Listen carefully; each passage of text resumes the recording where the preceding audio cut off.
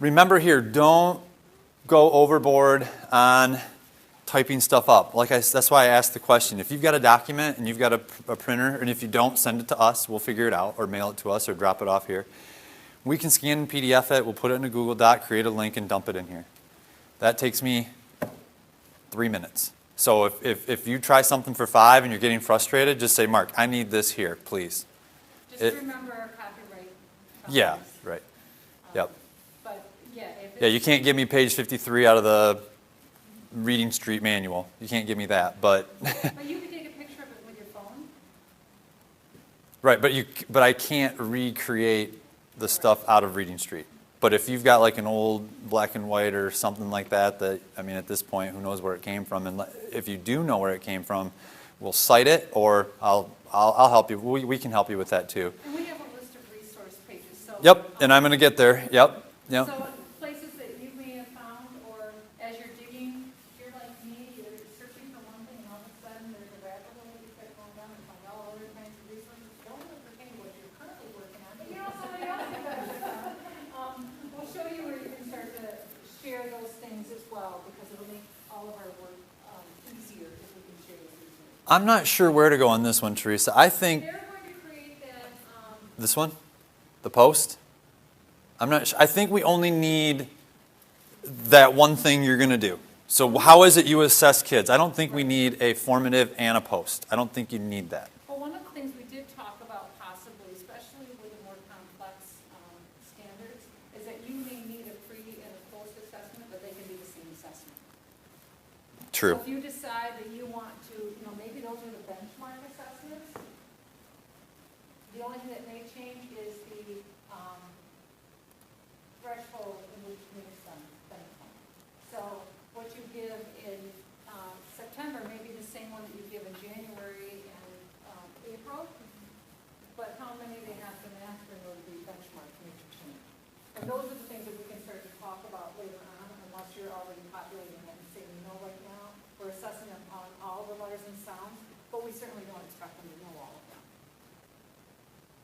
In September, we would consider grade level if they do 10 out of the 26. Are there like standards? Are we making this up? No, we're going to follow research. Okay, Research says, because it's like. but that's why we need to.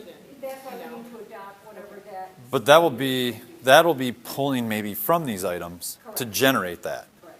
You are only going to be responsible for what are you going to assess around this standard. What would you do with kids? And if it's, I don't know, Mark, here's my Google Doc that I print and read, or this is the document I use when I sit alongside a kid, just put that link right there.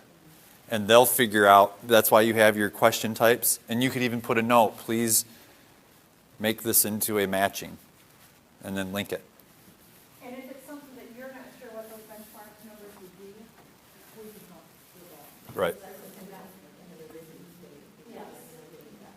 But if some of you have already, know what those markers would be, just go ahead and put that in there at the time of the building, the tool, but otherwise, that'll be something that we will. The other piece of it that I'm thinking of as you're talking about this is that idea of really working backwards. Because we really need to see, where they're needing to be at the end of the year, and then go backwards from there. Correct.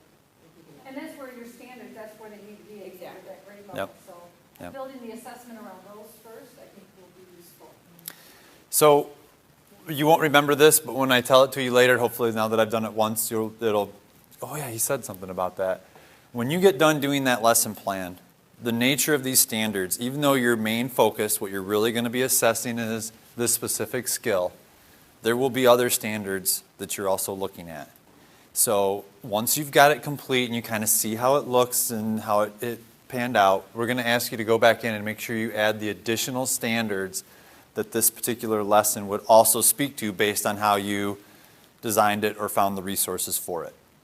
Right? It might be just 2 or 3. It might only focus on the one because it might be just a real short, concise thing, but most likely ELA is written this way intentionally to overlap. There's probably going to be 4 or 5 things that are in practice, and we want to make sure we identify all those because we want to show that cross, especially speaking and listening, right?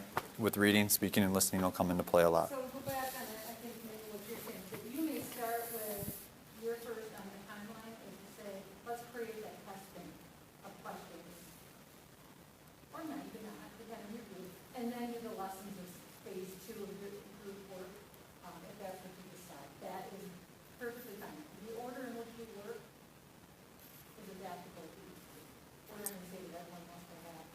Right. Right. So is everybody comfortable with where you're going to sign yourself up, how you're going to get the information to us, and your contact information? Yeah, good. Excellent. And how many phone calls to you are you allowed? as many as you need. So remember, I will have them for each of the grade levels here. I'm in the process of doing this, so this isn't going to be here right away, but I don't think you're going to be necessarily populating in the moment. You're going to have some conversations to be had, but I'll get after. Once I get the first one done, then I can just copy it and, you know, give me till 2, give me till 2. And then what Teresa's been suggesting is that she's got some different resources she's pulled. So here's one. You want to open that one up? Yep. This is out of a sheet, and it's actually been from the Engage New York